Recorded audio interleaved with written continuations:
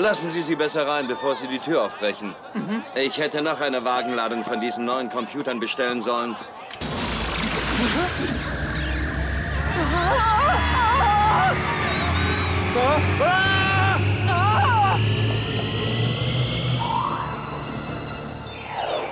Ich hab dir das schon so oft gesagt. Das Konzert ist um 8 und nicht um 9. Also wir treffen uns später. Kommt schon, Mädels, lasst euch nicht so hängen. Ich habe heute noch sehr viel vor. Ruhig, Blondie. Wir müssen uns noch stärken, bevor wir mit dir zum Powershoppen gehen.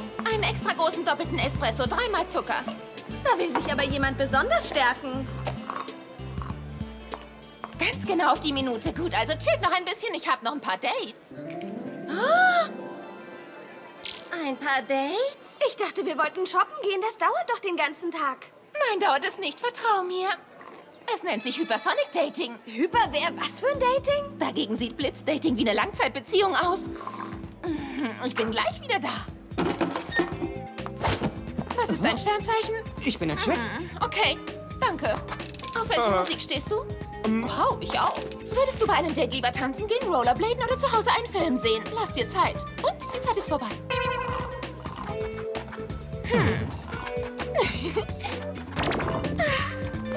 Clover hat bald einen ganzen Jahresvorrat an Jungs verbraucht und der Tag ist noch nicht mal vorbei. Sie ist schneller mit ihnen durch, als ich meinen Milchkaffee trinken kann. Das war's. Lasst uns shoppen gehen.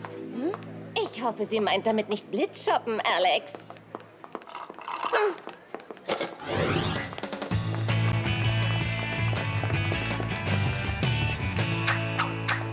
Und wie liefen deine Dates so? Toll, die Typen Nummer 3, 9 und 14 kriegen alle eine zweite Chance. Ich werde sie alle eine ganze Minute lang treffen, um sie besser kennenzulernen. Dann könntest du ja schon beim Mittagessen einen neuen Freund haben. Und dich zum Abendessen von ihm getrennt haben. Und mit ihm wieder zusammen sein, bevor die Geschäfte schließen. Ist das nicht toll? Was ist das für ein Geräusch? Es fährt genau auf uns zu!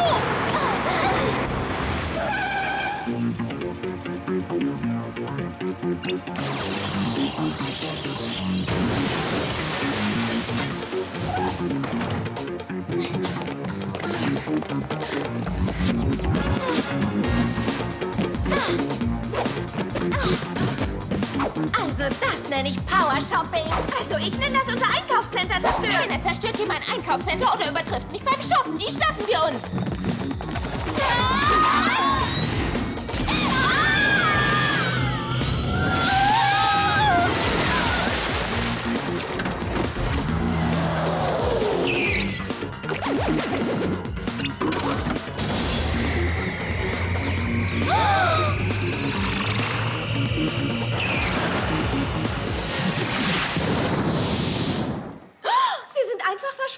Ich möchte hinzufügen, Sie sind in einer lila-roten Wolke verschwunden. Ist euch an der Waffe, aus der die Wolke kam, irgendwas aufgefallen? Das war eine fast haargenaue Kopie unseres Windkanal-Turbo-Haartrockners 9000. Ich rufe mal lieber sofort Jerry an. Also entweder funktioniert mein Ex-Bruder nicht oder Jerry gibt keine Antwort. Er sollte eine Anrufbenachrichtigung schalten. Jerry lebt echt hinterm Mond. Lasst uns zu Whoop gehen und mit ihm persönlich sprechen.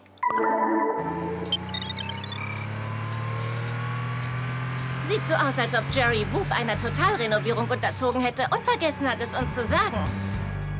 Hey, seht euch mal diese komischen neuen Rollerblades an. Alex, das ist doch das alte Modell. Jerry muss Whoop als Rollschuhbahn getarnt haben. Seht ihr, er lebt immer noch in der Vergangenheit.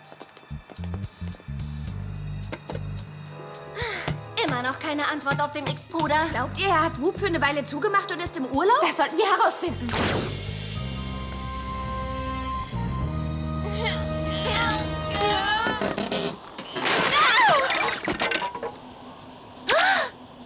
Whoop ist weg. Hier ist alles ausgeräumt worden. Glaubt ihr, Jerry ist mit Whoop umgezogen, ohne es uns zu sagen? Das würde ja bedeuten, dass wir gefeuert sind. Also anstatt uns persönlich rauszuschmeißen, ruft er einfach nicht mehr an? Ha, er benimmt sich wirklich wie ein Kind. Vergiss es, Sam, er antwortet doch sowieso nicht. Ich versuche gerade, mich in den Polizeifunk einzuwählen. Sam, Jetzt ist nicht der Zeitpunkt dafür, eine Vermisstenanzeige aufzugeben. Es geht hier nicht nur um Jerry. Whoop ist verschwunden und ich wette, dass dieser Disco-Transporter in der lila-roten Wolke etwas damit zu tun hat. Hier ist es schon. Dieser komische Transporter wurde bei 2 Einbrüchen benutzt. Beide fanden in Elektronikläden statt. Sie haben es also auf Elektronik abgesehen. Gut, dann kann man sich ausrechnen, wo Sie als nächstes zuschlagen.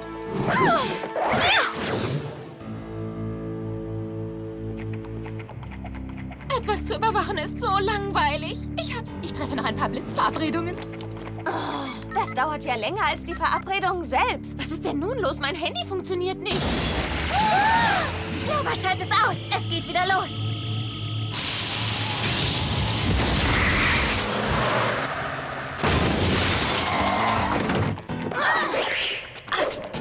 Los, hinterher! Wir sollten doch darauf vorbereitet sein. Ja, aber sie kamen praktisch aus dem Nichts.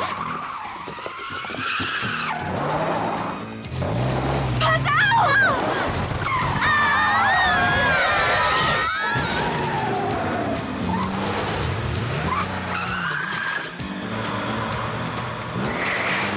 Er wird gleich dagegen fahren. Da fahren wohl eher wir dagegen. Sam, bremst! Ah! Nein, das könnte unsere letzte Chance sein, herauszufinden, was mit Jerry passiert ist.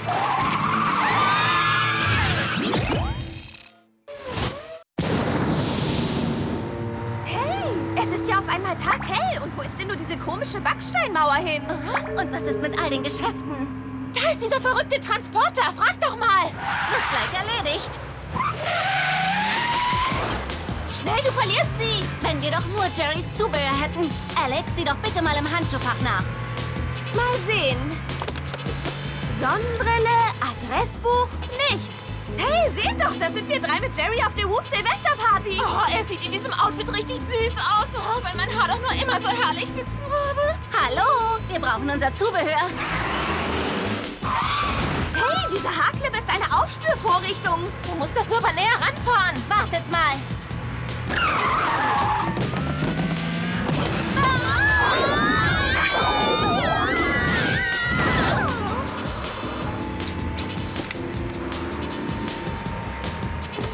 Noch näher. Hey, nun wackel doch nicht so heftig.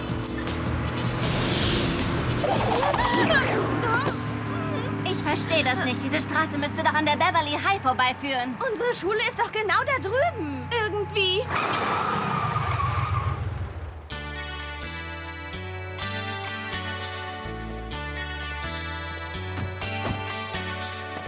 Das sieht ganz nach Beverly High aus, aber ohne jeden Geschmack. Ja, bei diesen ganzen 70er-Jahre-Klamotten erkennt man auch gar keinen. Tja, Trends kommen eben häufig über Nacht.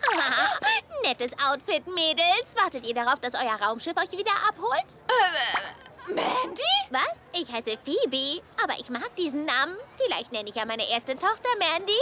Hör auf, uns zum Narren zu halten, Mandy. Was war denn in Beverly Hills bloß los? Und was soll diese Hippie-Aufmachung überall? Also, sei doch kein Spielverderber, Mann. Mode ist doch eigentlich sowieso nur oberflächliches Gehabe. Hier, ich habe eine Kolumne in der Schülerzeitung. Peace! Es ist so, als ob wir auf einem anderen Planeten wären. Nicht auf einem anderen Planeten, in einer anderen Zeit. Seht euch das Datum auf dieser Zeitschrift an. 1975. Wir sind in den 70ern, das heißt keine Handys, keine CDs oder Computer?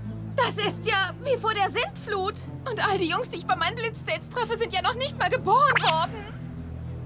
Leute, beruhigt euch. Der Transporter muss durch eine Art Zeitfenster gefahren sein und wir ebenso. Das heißt, dass irgendwie eine Möglichkeit besteht, in unser eigenes Jahrhundert zurückzukommen. Aber in der Zwischenzeit sollten wir hier nicht zu sehr auffallen. Wie sehe ich aus?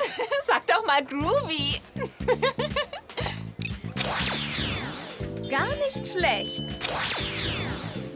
Trends kommen und gehen, aber ich sehe eigentlich in jedem Outfit einfach fantastisch aus. Ah, ich frage mich, ob der Exploder auch bei dem Auto funktioniert. Hey, es hat funktioniert. Jerry entwickelt echt das allerbeste Zubehör. Dem Aufspürgerät zufolge ist der Transporter da lang. Fahr links rüber auf den Parkplatz. Es sieht so aus, als wäre die Zeitmaschine hinten beim Verladedeck. Also gehen wir lieber vorne rum. Was ist denn das? Also für ein Handy ist es zu groß. Das ist ein 8-Spur-Kassettenrekorder, sowas wie eine primitive CD. Das ist ein Telefon. Oh, Alex, pass auf! Alex, alles in Ordnung? Holt mich aus diesem komischen Sessel raus. All dieses 70er-Jahre-Zeug sieht aus wie Zubehör. Whoop-Zubehör. Ja, sie sind ihrer Zeit nur etwas voraus.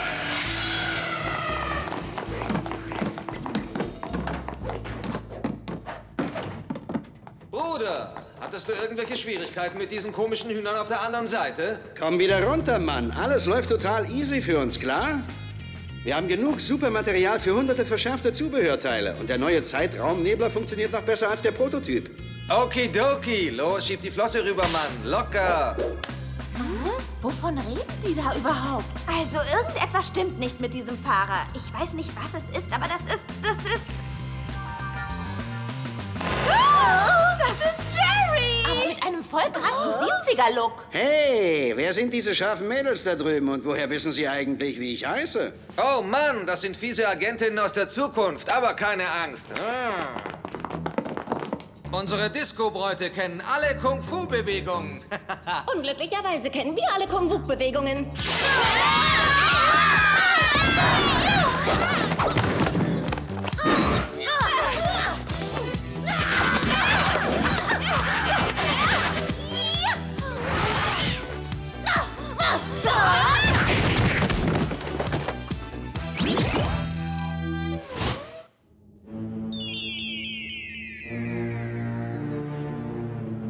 Ich sollte mal mit meinem Stimmungsring die Atmosphäre verändern. Das geht nicht, Jerry. Sie können doch kein Zubehör gegen uns einsetzen. Ja?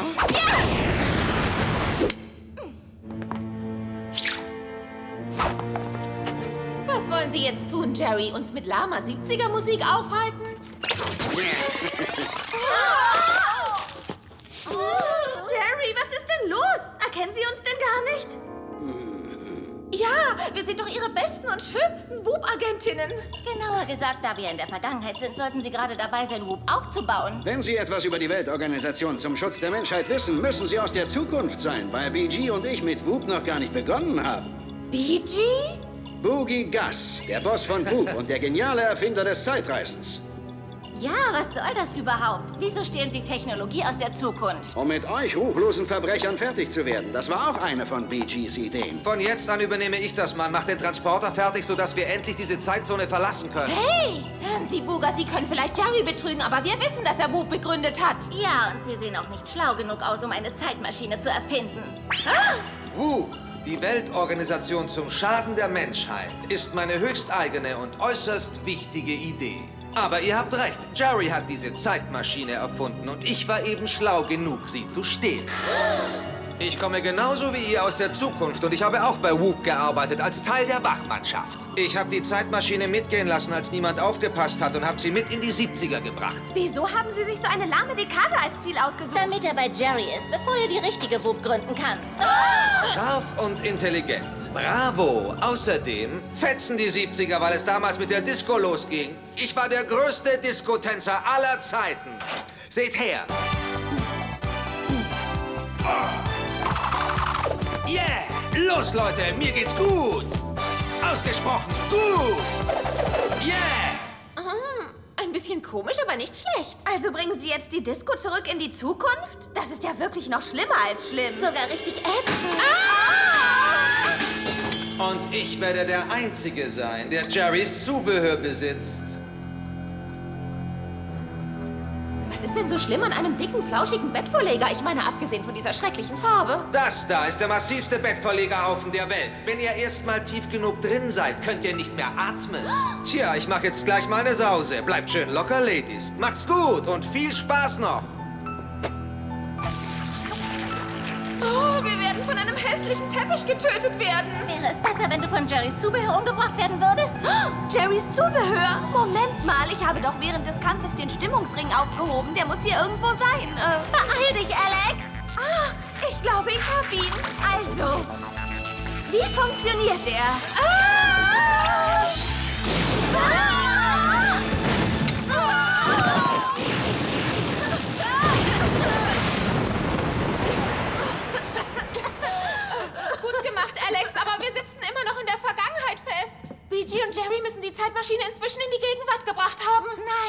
Wartet mal, das sieht aus wie dieses Dingsbums aus dem Lieferwagen.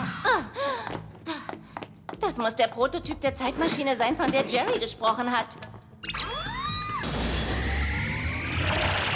Ich hoffe, sie ist nicht gerade auf die Steinzeit eingestellt. Oh, das hier ist auch irgendwie die Steinzeit. Fertig? Los geht's! Oh nein! Wir sind ja immer noch in den 70ern, oder? Willkommen im Studio WOOP, Mädels. Oh nein, das sind diese fiesen Spione. Mein Mini-Nuklear-Stimmungsring, er ist weg. Sie sollten sich nicht so sehr auf Ihr Zubehör verlassen, Jerry. Tut uns leid, Jerry. Wir wollen nur, dass Sie uns zuhören. Damit werden Sie niemals durchkommen. Meine WOOP-Agenten werden Sie stoppen.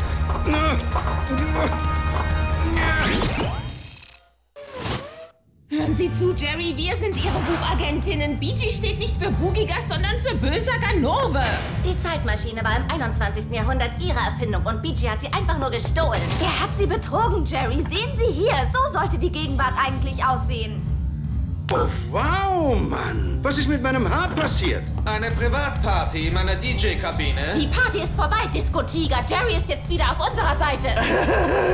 Jetzt, wo ich das wichtigste Zubehör besitze, gehört er euch voll und ganz. Ich sehe euch noch. Er hat uns eingeschlossen. Was meint er eigentlich genau mit "Ich sehe euch noch"? Schnell, Jerry. Sagen Sie uns, dass Sie Zubehör mit haben. Irgendetwas. Naja, wir haben diese Rollerskates, aber ich weiß nicht, wie wir sie... Alex, der Mini-Nuklear-Stimmungsring.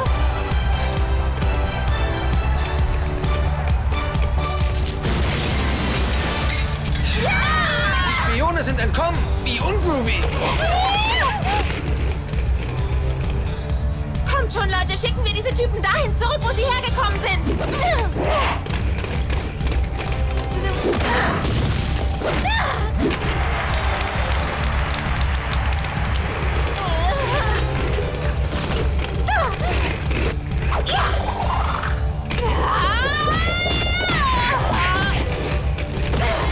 Ich will dich heute Abend fallen sehen.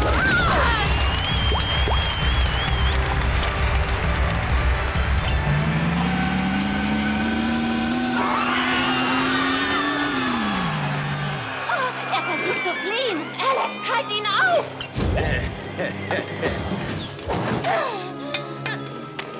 Nein, warten Sie. Ich habe eine viel bessere Idee. Sie halten besser mich auf. Wovon reden Sie denn überhaupt, Jerry? Ich stelle die Zeitmaschine auf einen Zeitpunkt ein, der kurz vor meiner ersten Begegnung mit Boogie Gus liegt. Dann können Sie verhindern, dass diese Begegnung überhaupt stattfindet.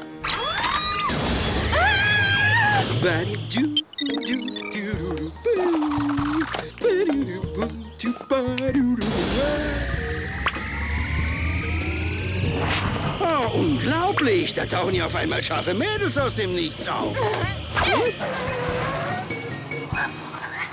So ein Mist, Mann. Eigentlich müsste Jerry doch jetzt hier sein. Hab dich! Können denn zwei Jerrys gleichzeitig existieren? Hey, was ist denn hier los?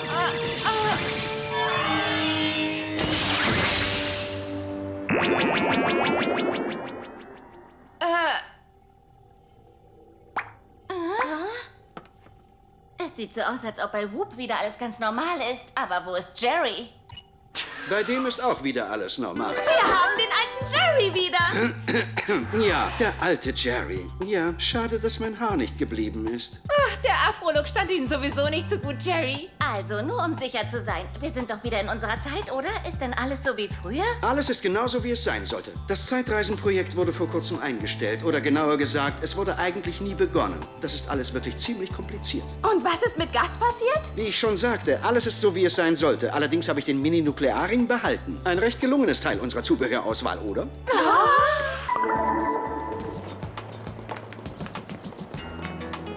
Beeil dich, Schatz.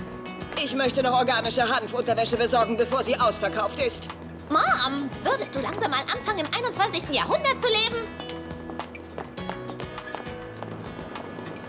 Schön zu sehen, dass im Einkaufszentrum wieder alles so wie früher ist. Sogar Clover. Hey, Clover, hast du nicht gleich in der nächsten halben Stunde so ungefähr 50 Dates? Ja, was ist aus deinen Blitzdates geworden? Oh, bitte, das war vor 5 Minuten aktuell. Extrem langgezogene Dates sind gerade in. Ich verbringe die ganze Woche mit Eric.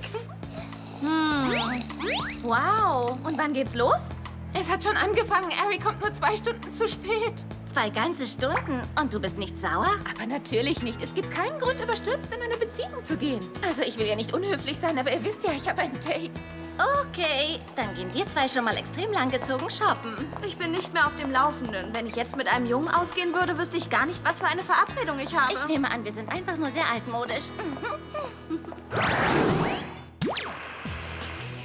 Ich merke manchmal, dass die anderen Mädchen denken, dass ich nicht das Zeug zur Spionin habe, weil ich mich mehr für Mode und Verabredungen interessiere. Aber es gibt noch andere Dinge außer gutem Aussehen, toller Kleidung und perfekt gestyltem Haar. Ja klar, Alex ist mit ihrem Ha-Ja überall zu finden. Und Sam hat ein Mega-Gehirn, das eigentlich alles weiß. Aber ich bin so richtig hart. Ich bin auf ganz verschiedene Weise hart. Ich habe gerade 3 Verbrecher besiegt und mich nicht beschwert, obwohl ich mir 2 Nägel abgebrochen habe.